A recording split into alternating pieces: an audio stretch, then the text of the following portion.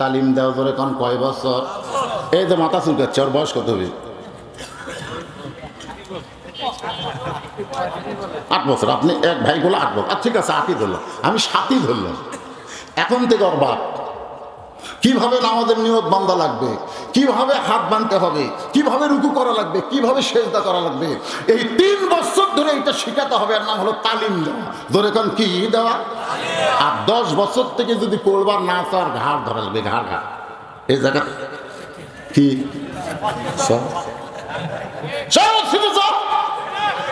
আপনি যদি 10 বছর থেকে আপনার ছেলেকে ঘাড় ধরে মসজিদে নিয়ে যাওয়ার পারেন, ও 20-22 বছরে ফোরজি মোবাইল নিয়ে অশ্লীল ভিডিও দেখবে না।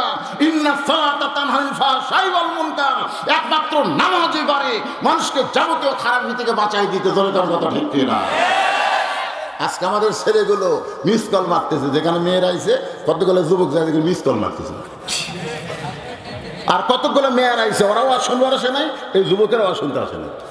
এরা বলছে আজকে বসবিশিতে আসতেছে, ওই ওয়াজ শোনার নামটা চলো বাইরে যায়। ওই বাপ মারে ফাঁকি দিয়ে চলে আইছে, ইও বাপ মারে ফাঁকি দিয়ে, আসলে ওয়াজ কেউ শুনতেছে না, খালি মিস কল মারতেছে। কতগুলো যুবক দেখলাম, কতগুলো যুবক আমি দেখলাম ওয়াজ শুরু করতে ওরা কিন্তু 4-5 জন উঠে গেল, বুঝলাম ওরা ওই তালে মারছে মিস কল। এখন হুজুর উঠছে, এখন রাস্তা ক্লিয়ার। মেয়ে মানুষের কাছে তোমরা যুবকেরা ঘোরো কেন? আর কোন মেয়ে যুবকের মিস কল মারলো? আপনি কি কবর চাচ্ছেন ওর বাপকে আল্লাহ ছাড়বে? তুই কেমন বাপ? নবী যদি তার মেয়ের দিকে খেয়াল করে, ফাতেমা ডাক দিয়ে বলতো, ফাতেমা কখনো মনে করবো না তোমার বাবা আল্লাহর নবী বলে তুমি জান্নাতি, কখনোই মনে করবো না। জান্নাতে যদি যাবার চাও, জান্নাতের আমল করে জান্নাতে যেতে হবে। খালি ওয়াজটা করে না, এটা তো বড় হলে কইছে। 9 বছরে ফাতেমা, 9 বছর, হাতের মধ্যে চুরি দিয়ে মুচকি মুচকি হাসতেছে। এই দৃশ্য দেখার পরে নবী ঘরের মধ্যে ঢুকলেন না। ফাতেমা চমকে গেল, যে বাবাকে মা মা বলে আদর করে সেই বাবা কেন ঘরে ঢুকলো না? ঘর থেকে ফাতেমা বের হয়ে দেখে বারান্দায় আল্লাহর নবী কাঁদতেছে। ফাতেমা বলে, বাবা কি দুঃখে আপনি এমন করে কাঁদেন? রাসূল বলে, ফাতেমা যে দুনিয়াতে সাজবে মা, আল্লাহ তার আখিরাতের সাজ কমায়া দিবে। আর বেশি কথা বলা লাগবে? সঙ্গে সঙ্গে হাতের চুরি খুলে নবী দৌড়ে গিয়ে চুরি খুঁড়া পকেটে ঢুকেছে। ফাতেমা বলে, বাবা যেই চুরি হাতত দেওয়ার কারণে আপনি ঘরে ঢুকলেন না, বারান্দায় কাঁদেন, সেই চুরি ফাইলা দিলাম, আপনি আমার পকেটে তুললেন কেন? আল্লাহ রাসূল বলে, তুই রাগ করে চুরি ফেলা দিলি? রাগ করে? তোর ফেলা দেওয়া ঢপ দেখে বুঝছি রাগ করছিস। কাছে আয়। ফাতেমা যে কাছে আসছে, 9 বছরের মেয়ের কপালে চুমা খাইছে। আপনার মেয়ে যদি 3 বছর হয়, 4 বছর হয়, তাহলে আপনি মুখে চুমা খাওয়ার পারবেন। 5 বছর 7 বছর যদি গেলে আর মুখে খাওয়া যাবে না, তখনকার হাতত খাওয়া লাগবে, কপালত খাওয়া লাগবে। আল্লাহ রাসূল কপালে চুমা খেয়ে বললেন, মা একদিন তোর নাকে একটা নাক ফুল করে দেবো। কি সুন্দর লাগবে মা, এখানে নাক ফুল থাকবে, তোর কানে 2টা দুল থাকবে রে, তোর গলাতে একটা মালা দিব। ফাতেমা বলে, বাবা সেটা কবে? আল্লাহ রাসূল বললেন, যেদিন তোমার বিবাহ হবে। মেয়েরা কেবলমাত্র এক ব্যক্তির জন্য চুরি করবার পারবে, গলাত মালা দিবার পারবে, নাকত ফুল দিবে, কানত দুল দিবে, এক ব্যক্তির জন্য। সেই ব্যক্তি হলো তার স্বামী। তোর এখনো স্বামী হয়নি। এই কথার দ্বারা কি বুঝলেন?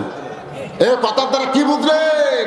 সাজুগুজু করতে ইসলাম নিষেধ করে নাই, তবে এক ব্যক্তির জন্য সাজতে হবে। সেই ব্যক্তির নাম কি?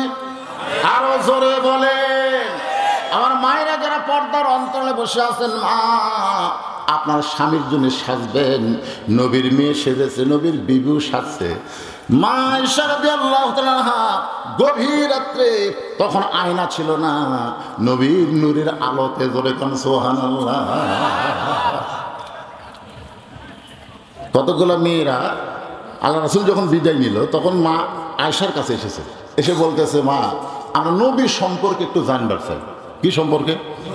তো মা আয়েশা বললেন, তোমরা নবীর সম্পর্কে জানবে না আমার স্বামী সম্পর্কে শুনবে?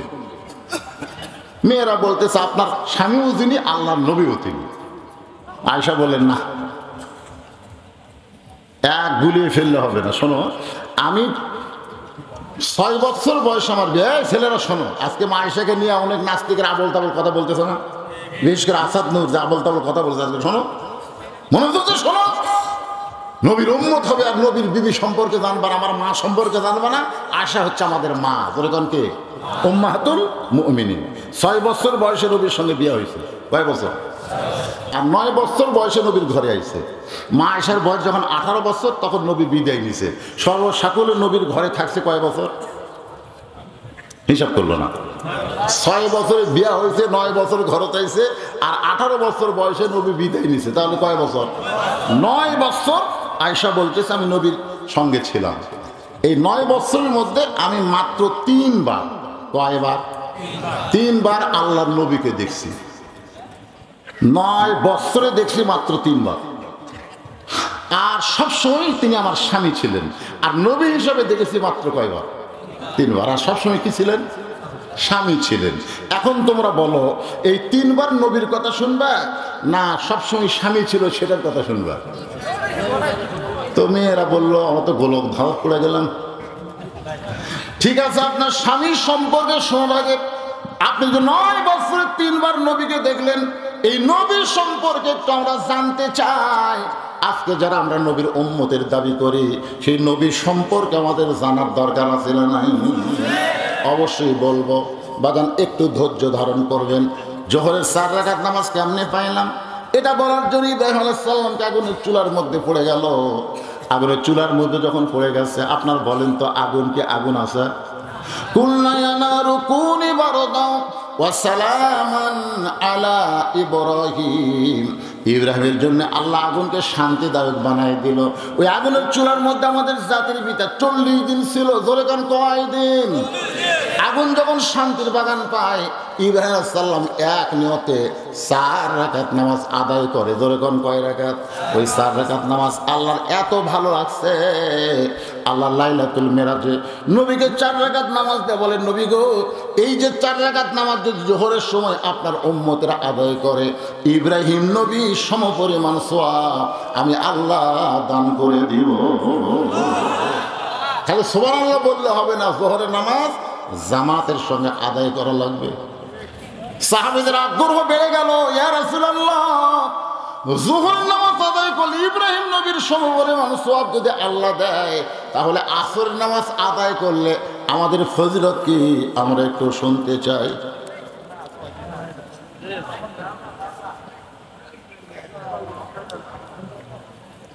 কালেকশন হয়নি?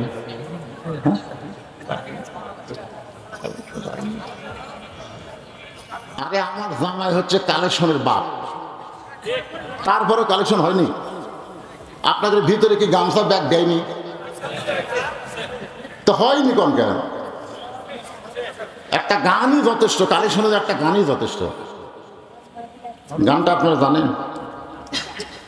গোরস্থানের একটু মাটি বায়না করে রাখ, কখন যেন আসতে পারে, কখন যেন আসতে পারে তোমার মরণের ডাক।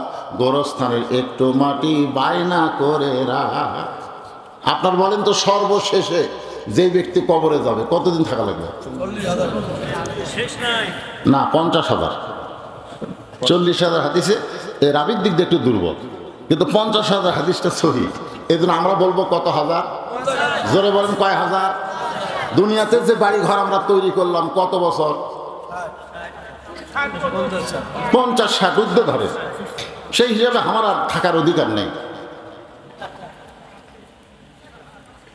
এই কথা কেমনে বলে যে গোরস্থানের জন্য আদায় হয়নি? যেই বাড়িতে তুমি থাকতে পারবে না, সেই বাড়ি যদি এত সুন্দর করে তৈরি করো, যেখানে তোমাকে 50,000 বছর কমাস কম থাকা লাগবে, সে গোরস্থানের জন্য কান্দে কান্দে টেকা তোলা লাগবে না? ঠিক আছে।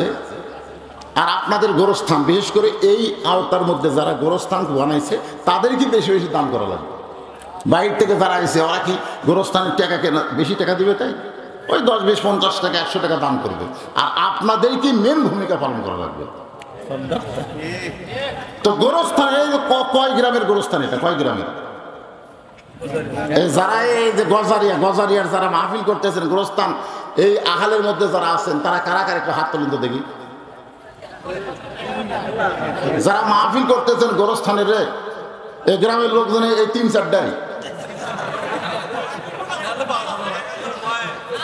আচ্ছা, এই আপনারা বাহির থেকে কারা কারা আইছেন তারা একটু হাত তুলেন, যদি যারা বেড়ার লোক। আচ্ছা, হাত নামান। বাহিরের সব লোক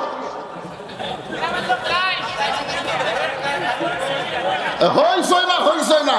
আপনি যেখানেই যান, গোরস্থানের জন্য দেওয়ারটি হলো মৃত্যুকে আপনার খেয়াল আছে, মৃত্যুকে আপনার খেয়াল আছে। এখানে অনেক জামাই এসেছেন, অনেক শ্বশুর আইছেন, তারা এই গ্রামেরই হয়ে গেছে। এই গ্রামের জামাই আছে, শ্বশুর আছে, বিয়ে আছে, তারা হয়তো আজ গাইছেন। তাদেরকে আমি বলবো, আমাকে বলতেছে হুজুর গোরস্থানের জন্য তেমন কিছু আদায় হয়নি। আমি আজকে কবরের পাথর জোগাড় নামাজের কথা বলতেছি। নামাজের ওয়াজ সবাইকে ভালো লাগবে না। আমার ওস্তাদ আমাকে বলেছে, যারা সুদ খায়, তুমি যদি সুদের বিরুদ্ধে ওয়াজ করো, এদের কলিজার মধ্যে আগুন করবে। যে শালারা বেয়া নামাজি, এদের নামাজের ওয়াজ ভালো লাগবে না। কথা কর না কেন?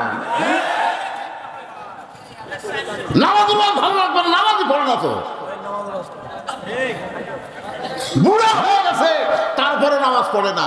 ইমাম মালিক রহমতুল্লাহ বলেছেন, কোন বেয়া নামাজ যদি মারা যায় আর কোন নামাজ যদি তার জানাজায় হাজির হয়, তার আমল নামায় 1 হুকবা পরিমাণ পাপ হবে। ছাত্র বললেন, হুজুর বেয়া নামাজে জানাজা তো যাওয়া যাবে না। ইমাম মালিক বললেন, পরিবেশের চাপ যদি থাকে তুমি অজু ছাড়া যাবা। যদি পরিবেশের চাপ থাকে যে জানাজাত না গেলে গ্রামের লোক কি বলবে, তাহলে তুমি অজু ছাড়া যাবা। অজু করে না, অজু ছাড়া। অজু করা অবস্থায় যদি বেনামাজে জানাজাত যাও, তাহলে তোমার আমল নামায় 1 হুকবা পরিমাণ পাপ হবে। কেন পাপ হবে শোনেন। বাইনাল আবদি ওয়াল কুফরি তরকুস সালাত। আল্লাহ রাসূল বলেছেন, বান্দা আর কাফের এই দুইটা পৃথক করার জিনিসটার নামই হলো নামাজ। যারা বান্দা তারা হলো নামাজি, আর যারা কাফের তারা হলো বেনামাজি। আমি যেই বলবো বেনামাজি, আপনারা বলবেন কাফের, বলতে পারবেন না। বেনামাজি আরো জোরে বেনামাজি।